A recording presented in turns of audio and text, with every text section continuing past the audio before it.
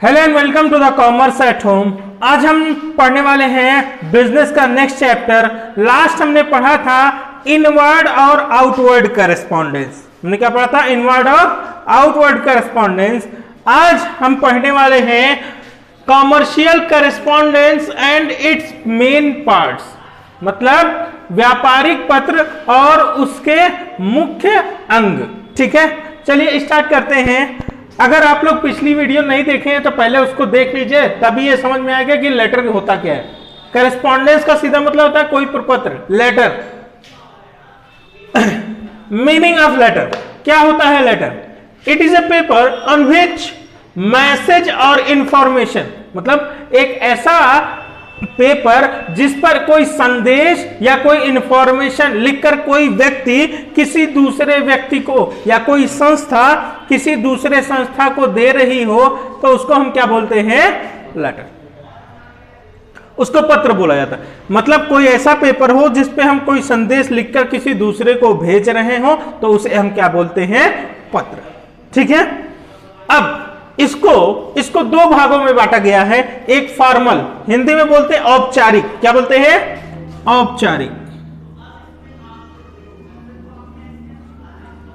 और दूसरा होता है अनौपचारिक। देखिए, औपचारिक क्या होता है? जिसका कोई प्रारूप हो, जिसका कोई फिक्स फॉर्मेट हो, उसको बोलते हैं फॉर्मल लेटर। ये खास करके ऑफिस वगैरह में यूज किए जाते हैं। एक फॉर्मेट में जिसका कुछ फॉर्मेट हो, कोई प्रारूप हो, पहले से फिक्स हो, उसको बोलते हैं फॉर्मल लेटर। और दूसरा होता है इनफॉर्मल लेटर, जिसका कोई प्रारूप फिक्स नहीं है। अगर इसको फर्दर कैटेगराइज में देखा जाए तब हम ज्यादा अच्छे से समझ पाएंगे फॉर्मल क्या होता है और इनफॉर्मल क्या होता है। ठीक है, पर्सनल लेटर, जब कोई व्यक्ति अपने दोस्त को, साथी को, माता को, पिता को या जिसको भी व्यापारिक संबंध नहीं और कोई काम ना हो, ऐसा काम जैसे बिजनेस पर्पस या प्रोफेशनल पर्पस उसका ना हो, सिर्फ कोई जानकारी व्यक्तिगत आदमी किसी व्यक्ति को देना चाहता है तो उसको बोलते हैं क्या? पर्सनल लेटर, व्यक्तिगत पत्र। क्या बोलते हैं? व्यक्तिगत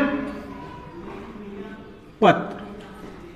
ठीक है, दूसरा होता है बिजनेस लेटर। एक व्यापारी या कोई बिजनेसमैन भी हो सकता है और बिजनेस भी हो सकता है। एक बिजनेस दूसरे बिजनेस को भेज रहा हो या दूसरे व्यापारी को भेज रहा हो, किस काम के लिए? बिजनेस पर्पस के लिए। किस काम के लिए? कुछ बिजनेस से रिलेटेड काम है, उसको इसलिए भेज रहा है एक आदमी दूसरे आदमी को पत्र, तो उसको बोलते हैं बिजनेस लेटर।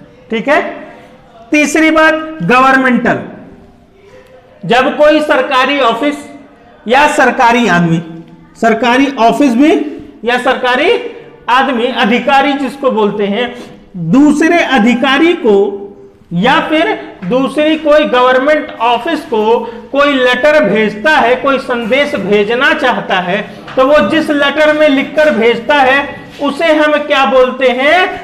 Governmental letter. उसे हम क्या बोलते हैं? गवर्नमेंट। अच्छा, ये बताइए, अब औपचारिक और अनौपचारिक पे फिर से आते हैं, फॉर्मल और इनफॉर्मल पे। बताइए, जब कोई अधिकारी किसी अधिकारी को भेजेगा तो एक फिक्स प्रारूप में, एक फिक्स फॉर्मेट में लिख के भेजेगा, तो इसको हम फॉर्मल लेटर बोल सकते हैं। बिजनेसमैन आदमी दूसरे बिजनेसमैन आदमी को भेज रहा है तो उसको हम फॉर्मल लेटर बोल सकते हैं। लेकिन हम अपने दोस्त को कोई पत्र लिख रहे हैं, क्या उसमें प्रारूप जरूरी है? प्रारूप कोई जरूरी नहीं।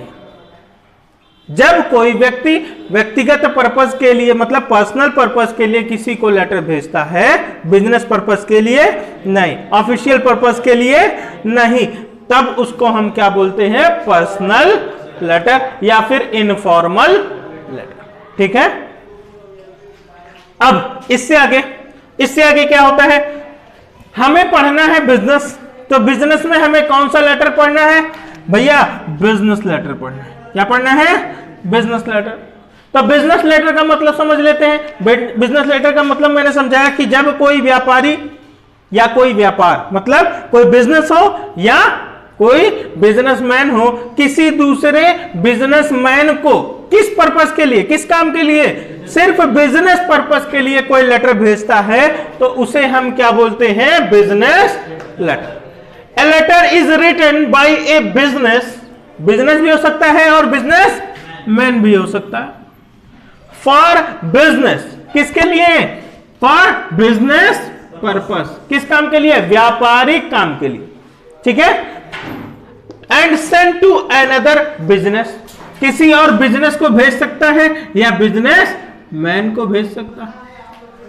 तो जब कोई बिजनेस या बिजनेसमैन किसी बिजनेस या बिजनेसमैन को भेज रहा हो, किस उद्देश्य से संदेश भेज रहा हो, व्यापारिक संदेश भेज रहा हो, तो उसको हम क्या बोलते हैं, बिजनेस लेटर, ठीक है। अब आगे आते हैं, क्या उद्देश्य होते हैं बिजनेस लेटर लिखने के, क्या उद्देश्य हो सकते हैं, आप खुद सोच के देखिए।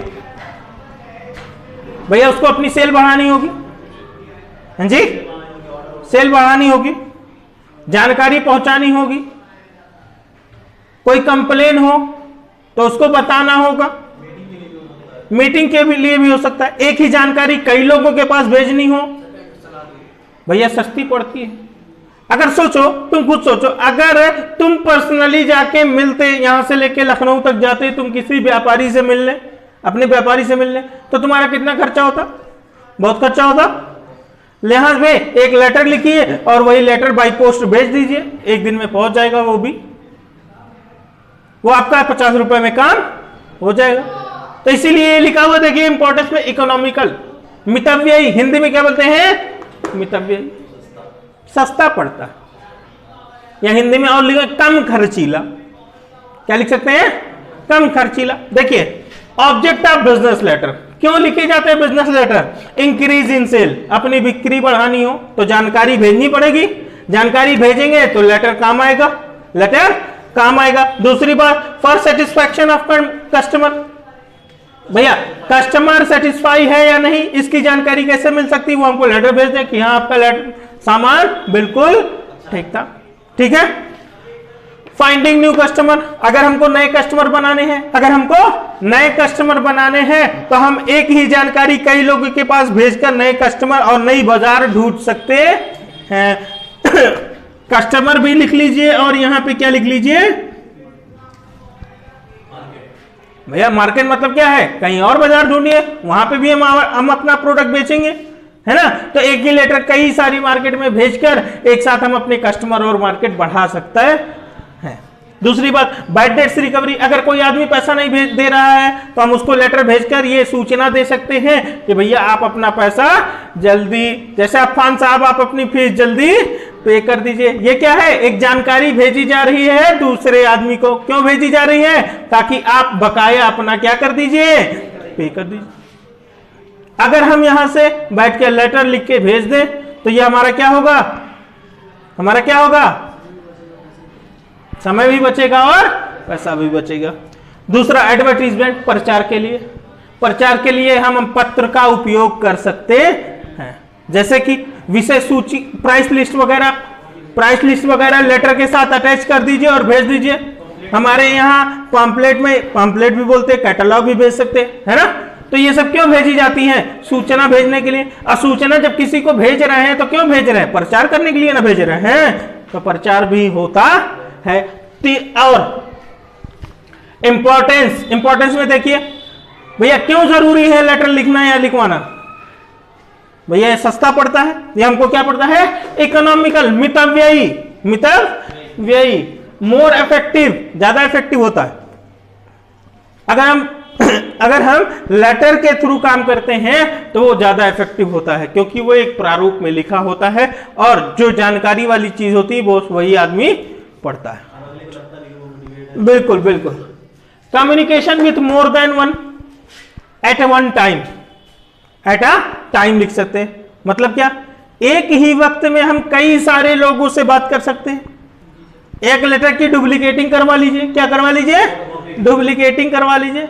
डुप्लीकेटिंग करवा के एक ही लेटर सबको भेज दीजिए, इसको क्या बोलते हैं, सर्कुलर। क्या बोलते हैं, जब एक ही जानकारी, आगे मिलेगा आपको चैप्टर में, जब एक ही जानकारी एक से ज्यादा लोगों को या कई सारे लोगों को भेजी जाती है, तब जो लेटर इशू किया जाता है उसका अलग से नाम दिया गया है, उसको बोलते हैं सर्कुलर लेटर।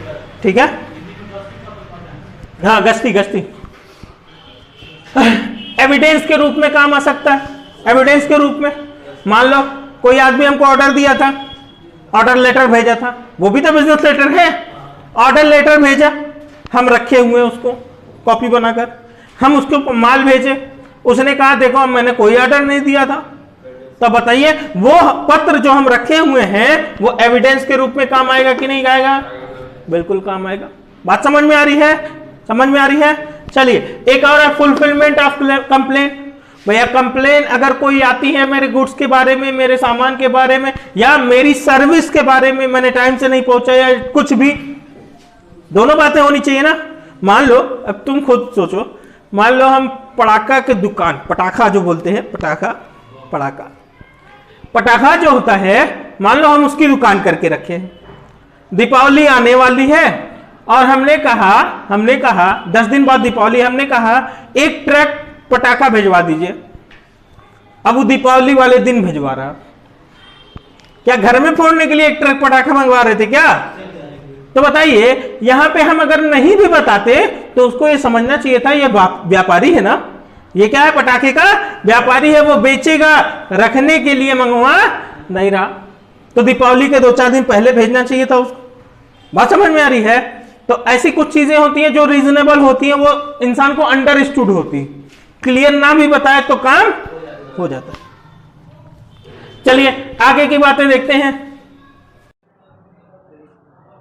चलिए अब देखते हैं कि एक लेटर में क्या क्वालिटीज होनी चाहिए। लेटर जो लिखा जाता है उस पेपर के अंदर जो भी बात लिखी जा रही है उसमें कौन कौन सी क्वालिटीज होनी चाहिए।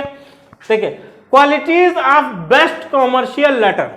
कॉमर्शियल लेटर में सबसे बढ़िया किस लेटर को बोला जाएगा, उसके अंदर कौन कौन सी क्वालिटीज होनी चाहिए। Qualities are related to subject matter. Subject matter मतलब जो हम लेटर के अंदर लिख रहे हैं बातों को, उस बातों में कितनी क्वालिटीज होनी चाहिए। अच्छा, उसके बाद लिखने के बाद जो जो चीजें हमें जरूरी पड़ती हैं उसको बोलते हैं qualities related to exterior. Exterior मतलब बाहर की बातें, ठीक है, एक्सटीरियर अपीयरेंस। चलिए पहले इंटीरियर पढ़ते हैं फिर एक्सटीरियर पढ़ते हैं। कंप्लीटनेस। कंप्लीटनेस मतलब कोई लेटर जब लिखा जाए तो उसमें कुछ बातें लिखने से बच ना जाए, कोई बातें लिखने से बच ना जाए, कंप्लीट होना चाहिए, संपूर्णता जिसको बोलते हैं संपूर्णता। दूसरा क्लियरनेस। क्लियरनेस मतलब स्पष्ट होना चाहिए, सारी बात एकदम क्लियर पता चलनी चाहिए। तीसरी ब्रीफ। वर्ड इतने कम इस्तेमाल करिए कि कम वर्ड में ज्यादा बातें आप कह सकते हो। ऐसा थोड़ी है कि नानी अम्मा कहानी लिख रहा है, ठीक है, कहानी नहीं लिखनी, उसमें लिखना है जितने काम की जरूरी बात है बस उतना ही लिखना है। मॉडेस्टी या विनम्रता। आपका स्वभाव कैसा हो, जो वर्ड यूज किए जा रहे हो वो विनम्र होने चाहिए। क्या होने चाहिए? मॉडेस्टी। अच्छा, नाइसनेस एंड मैनर। मैनर क्या है? शिष्टाचार। मतलब कोई भी चीज आप बोल रहे हो तो तमीज से बात करिए, डियर लगा के, हैं, स्वीट लगा के, या और क्या लगाते, सर लगा के, है ना। अच्छा, इफेक्टिव होना चाहिए। इफेक्टिव। इफेक्टिव मतलब कि भैया ऐसा लिखिए, ऐसे शेप में ढालिए उसको कि देखने से वो अच्छा लगे, देखने से वो अच्छा लगे। आपकी राइटिंग अच्छी नहीं है तो प्रिंट करा लीजिए, ठीक है, इफेक्टिव बनाने के लिए। Neat and clean. Neat and clean, उस साफ सुथरा होना चाहिए, सेटिस्फैक्टरी होना चाहिए। जो सामने वाला पढ़ रहा हो उस इंफॉर्मेशन को पढ़ने के बाद वो संतुष्ट हो सके, जानकारी से संतुष्ट हो सके। बात समझ में आ रही है? और सिंपलिसिटी, सिंपल होना चाहिए। वो लेटर में जो भी बात लिखी होनी चाहिए वो सिंपल लिखी, ठीक है, बहुत ज्यादा टफ लैंग्वेज में नहीं लिखा होना चाहिए। अब ऐसा थोड़ी है कि हम जो है यूपी में रहते हैं बंगला भाषा में लिख के भेज दें, ऐसा थोड़ी है लैंग्वेज क्या होनी चाहिए उसकी, सिंपल होनी चाहिए। अच्छा, दूसरा, qualities related to exterior appearance. बाहर क्या क्या होना चाहिए? पहला, स्टेशनरी, जो आप यूज कर रहे हैं, चाहे पेन, पेंसिल या जो कुछ भी यूज कर रहे हैं उसको लिखने के लिए, वो अच्छी होनी चाहिए। दूसरी बात कह रहा अप्सरा की क्वालिटी ऑफ पेपर, पेपर की क्वालिटी कैसी होनी चाहिए? अच्छी होनी चाहिए। और टाइपिंग, टाइपिंग में डेकोरेटिव टाइपिंग होनी चाहिए। यहां डेकोरेशन लिख, डेकोरेटिव मतलब अच्छी सी सजावट में। दूसरी बात, मार्जिन, हाशिया छोड़कर लिखना चाहिए। जब भी कोई पैराग्राफ लिखते हैं तो उसमें हाशिया वगैरह का ध्यान रखा जाता है। मान लो ये पेपर है पूरा, इस पेपर में जब भी कोई बात लिखी जाएगी तो थोड़ा सा मार्जिन छोड़ दिया जाता है, उसके बाद लिखना शुरू करते हैं। तो ये तो मार्जिन, हाशिया, ठीक है। नीट एंड क्लीन होना चाहिए वो ऊपर से भी। दूसरा, पैराग्राफ, पैराग्राफ गिने चुने होने चाहिए, या लेटर 2 पैराग्राफ में लिखे जाते हैं, 2, 3 में लिखे जाते हैं तो 3, बहुत ज्यादा पैराग्राफ बनाने की भी जरूरत नहीं है। फोल्डिंग ऑफ लेटर, फोल्डिंग मतलब उस तरह से फोल्ड करिए जिस तरह से आपने इनवेलप खरीदा है। अब बिना इनवेलप के ना भेजिए लेटर को, बिना लिफाफे के। तो जिस लिफाफे को आपने जैसा लिफाफा खरीदा है उस लिफाफे के हिसाब से उस लेटर को फोल्ड भी करना पड़ेगा, ठीक है। और फोल्ड जिस तरह से करते हैं और उसको एनवेलप में डाल के क्या किया जाता है, उस पर स्टाम्प और एड्रेसिंग की जाती है। क्या करी जाती है? स्टाम्पिंग एंड एड्रेसिंग, ठीक है। अगर कोई क्वेरी रह जाती है तो आप कमेंट बॉक्स में लिख सकते हैं, या मेरा नंबर नीचे डिस्क्रिप्शन में दिया होगा, आप उसको यूज कर लीजिएगा। व्हाट्सएप कर सकते हैं आप हमको, बट टेक्स्ट ओनली, कॉल मत करिएगा। चलिए, गुड लक।